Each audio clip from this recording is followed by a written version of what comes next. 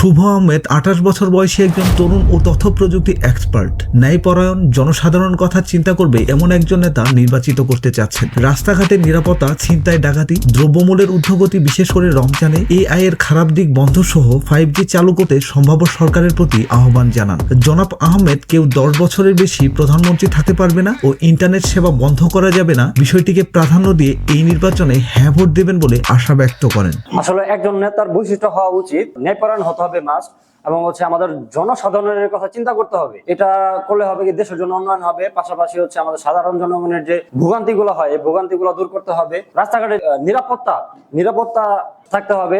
আমরা অনেক সময় নিরাপত্তাহীনতায় ভুগি, ছিনতাই, ডাকাতি, এগুলা অনেক সময় দেখা যাচ্ছে আমাদের বাংলাদেশে যেগুলো হচ্ছে এগুলা থেকে আমাদেরকে মুক্ত রাখতে হবে। দ্রব্যমূল্যের যে ঊর্ধ্বগতিটা এগুলো একদম নিয়ন্ত্রণে রাখতে হবে। আমরা অনেক সময় দেখা যায় যে কোনো জিনিস কিনতে গেলে দ্রব্যমূল্যের ঊর্ধ্বগতি হয়, পাশাপাশি যে সামনে রমজান আসতেছে, রমজানে দেখা যাচ্ছে আমরা অনেক কোনো সামগ্রী কিনতে গেলে দ্রব্যমূল্যের ঊর্ধ্বগতি বেড়ে দেয় আপনার যারা ব্যবসায়ীরা আছে।